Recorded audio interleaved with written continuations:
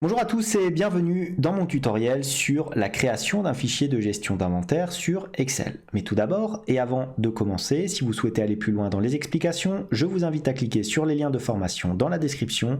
Et si vous ne souhaitez pas rater mes vidéos sur la comptabilité, la finance et l'utilisation des outils tels qu'Excel dans le monde de l'entreprise, n'hésitez pas à vous abonner à la chaîne. De plus, pour ceux qui souhaiteraient uniquement acquérir le fichier sans passer par le tutoriel vidéo, sachez que tous les documents sont disponibles en illimité et dans leur version finalisée pour mes contributeurs Patreon, plateforme dont vous trouverez le lien en description. Alors pour démarrer ce tutoriel, on va faire comme à chaque fois la mise en forme de notre fichier. Donc on va commencer par mettre en forme notre petite fiche d'inventaire. Donc regardez, je vais diminuer un petit peu la taille de ma première colonne. Ensuite, qu'est-ce que je vais faire? Je vais me placer dans la cellule ici B2 et je vais tirer à peu près jusqu'à, on va se mettre jusqu'en K comme ceci, et on va descendre jusqu'à la ligne, ah non, peut-être pas si loin, on va aller par exemple jusqu'à la ligne 45, voilà comme ceci. Qu'est-ce que je vais faire ensuite? Je vais mettre des bordures un petit peu plus épaisses, voilà, comme ça. Je vais diminuer un petit peu le zoom pour que vous puissiez voir vraiment la mise en forme, comment elle va être faite. Ensuite, qu'est-ce que je vais faire? Je vais, pareil, donc là, diminuer la largeur de ma colonne, comme ça. Pareil, ici pour la colonne K, ça va être de la mise en forme, hein, donc spécifique pour mettre en place après notre macro. Ensuite, qu'est-ce que je vais faire? Je vais commencer par taper mon titre ici, en C3, donc on va avoir quoi? Fiche d'inventaire, comme ceci, deux points. Bien sûr, vous allez mettre le nom de la société ici, hop. Alors, ça va tenir à peu près sur une ligne, comme ceci. Qu'est-ce qu'on va faire? Est-ce qu'on fusionne et on centre? On peut éventuellement fusionner et centrer. Est-ce qu'on le met comme ça? On peut le mettre au centre. Ensuite, ce que je propose de faire, c'est éventuellement mettre tout ça en gris, voilà, police blanche, en gras, voilà. Donc là, j'ai pas trop zoomé pour que vous puissiez voir l'ensemble du document, je vais peut-être le faire. Voilà, donc j'ai marqué bien fiche d'inventaire. Ensuite, qu'est-ce qu'on va faire? On va mettre dans, on va se placer là dans la colonne C et plus précisément en C5 et on va mettre la date, espace de points, comme ceci. On va aligner tout ça à droite. Et on va mettre la date ici. Ensuite, qu'est-ce qu'on va faire? On va prendre le responsable, donc on va se mettre ici en G. On fait pareil, responsable, espace, double point, espace. On aligne le tout à droite. On aura ici le nom, bien entendu, du responsable. Ensuite, on se place ici dans la ligne 7 et on commence à mettre les différents intitulés de colonnes. Donc, qu'est-ce qu'on va avoir dans notre fiche d'inventaire? On va tout d'abord avoir le code article. Voilà. Alors, je vais bien entendu sélectionner ma ligne ici et je vais mettre, hop, un retour à la ligne automatique. Donc, on aura le code article. Ensuite, on aura bien sûr la description. Voilà. Ensuite, on aura le stock théorique.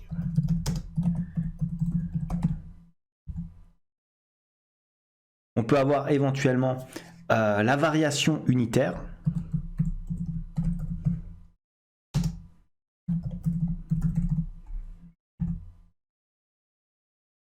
Voilà. Ensuite, le stock réel.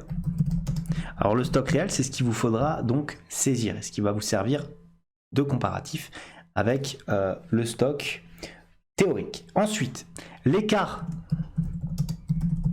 de quantité et bien entendu l'écart en valeur. Voilà. Et je vous rajoute une petite colonne de commentaires comme ceci. Voilà. Je tire un petit peu mes colonnes comme ça. Voilà. Car en valeur, on peut diminuer un petit peu cette cellule-là. Pareil ici. Hop, on diminue comme ça. Voilà, voilà. Le code article, pareil, on peut diminuer. Hop, on met tout ça en gras et c'est très bien.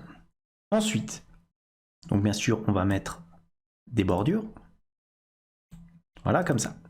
Ensuite, on va donc tirer tout ça sur notre page. Voilà. On met tout ça jusqu'à la ligne 44 et on fait un tableau vraiment classique. Hein. Donc là, bordure pleine à l'extérieur, bordure en pointillé à l'intérieur. Voilà, comme ça. Hop. Sans aucun souci. On met bien sûr en vert les colonnes qui seront remplies de façon brute. donc qui ne remonteront pas, hein, bien entendu, des données automatiques ou qui ne seront pas la résultante d'une liste de données. Hop, ça on peut le mettre en gras aussi. Ça pareil, voilà, ça ne pose pas trop de problèmes. Donc là, on a déjà notre mise en forme. Ce que je vous propose de faire, c'est aller dans affichage et décocher ici le quadrillage. Donc voilà votre fiche d'inventaire. Elle est relativement propre. Maintenant, qu'est-ce qu'on peut faire? On peut éventuellement, alors code article, ça va rester pareil. Alors ce qu'on peut faire, c'est sélectionner tout ça, centrer les différents éléments, voilà, sauf cela. On va bien entendu replacer à droite. Voilà, description, stock théorique. Donc là, ça sera du stock. Voilà, stock théorique, variation unitaire. Et on va sélectionner aussi cette colonne-là. Écart sur quantité, donc on va mettre un format en nombre. J'enlève 2 chiffres après la virgule normalement, voilà. L'écart en valeur, ça sera des euros, donc format monétaire, et voilà. Donc une fois qu'on a fait ça, ça va être quoi? Regardez, on va sélectionner notre fiche. Voilà, et on pourra éventuellement aller dans notre mise en page et définir ici la zone d'impression. Donc c'est ce qui va être normalement imprimé par l'utilisateur. Alors ce que je vous propose de faire, c'est d'aller regarder ici dans affichage, saute page et regarder un petit peu. Donc là au niveau de l'impression, on peut essayer de tirer tout ça vers la droite. Pourquoi? Parce que là il aurait imprimé ma feuille sur 2 pages. Et c'est pas ce que je souhaite avoir. Donc là maintenant j'ai réglé ça. Vérifiez bien que vous ayez bien les petites bordures bleues ici, hein, au niveau de votre zone d'impression. Voilà, donc maintenant on repasse sur un format normal. Donc là, si on veut imprimer, ça nous imprime tout cela. Voilà pour la mise en forme de notre fiche d'inventaire. Donc maintenant ce que je peux faire, c'est l'appeler ici, hein, fiche d'inventaire, tout simplement. Maintenant on va passer au deuxième onglet, donc que je vais appeler maintenant l'onglet des entrées et sorties. Comme ceci. Alors on y va. On aura quoi? On aura tout d'abord les entrées ici. Voilà. Et au niveau des entrées, on va avoir plusieurs colonnes de notre tableau. On va commencer bien sûr par la date. Ensuite, on aura le code article, la description, la quantité, le coût unitaire. Voilà, comme ça. Coût unitaire, alors je vais préciser, hein, hors taxe. Non, j'appuie un petit peu trop vite. Majuscule HT, voilà. Ensuite, le total. Bien entendu, hors taxe, là encore. Voilà. Alors on peut là écarter, hein, bien entendu. On va le mettre comme ça, voilà. Voilà, on sélectionne. On met tout ça en gras, on centre les différents éléments comme on fait à chaque fois. Et qu'est-ce qu'on fait? On va copier-coller tout ça. Voilà, tout simplement. Donc pour le coût unitaire, là pareil, voilà.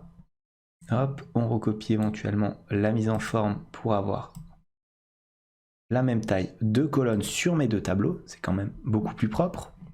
Donc là, on a à peu près la même chose. Donc c'est les mêmes éléments, forcément, entrée et sortie. Ensuite, on va sélectionner nos tableaux comme ça.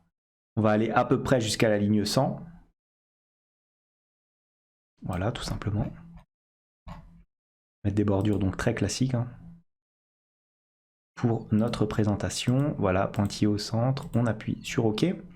Je sélectionne tout ça.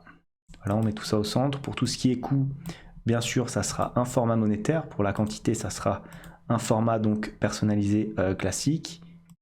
Voilà. Description, code article, date. À la limite, voilà, on peut recopier aussi format de cellule. On peut mettre, je veux dire, un format date dans notre colonne date. Voilà. Donc, ce que je peux faire, c'est recopier la mise en forme. Comme ceci, voilà. Donc, on a les mêmes formats qui vont s'appliquer ici. Pour l'entrée, hop, je sélectionne sur 2 lignes. Je centre l'ensemble des éléments. C'est déjà fait. J'augmente un petit peu la taille de la police. Et je peux placer éventuellement, là, pareil, hein, des bordures. Comme ceci. Je fais un petit CTRL-C, CTRL-V. Voilà. Au lieu d'avoir entrée, je vais mettre sortie. Voilà, tout simplement.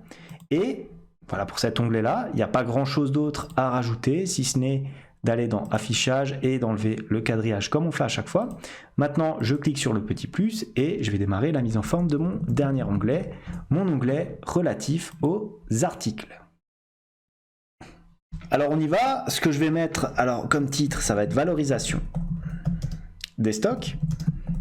Voilà, hop. On met tout ça en gras, en italique, on a l'habitude. On diminue la taille de cette colonne-là. 3, voilà.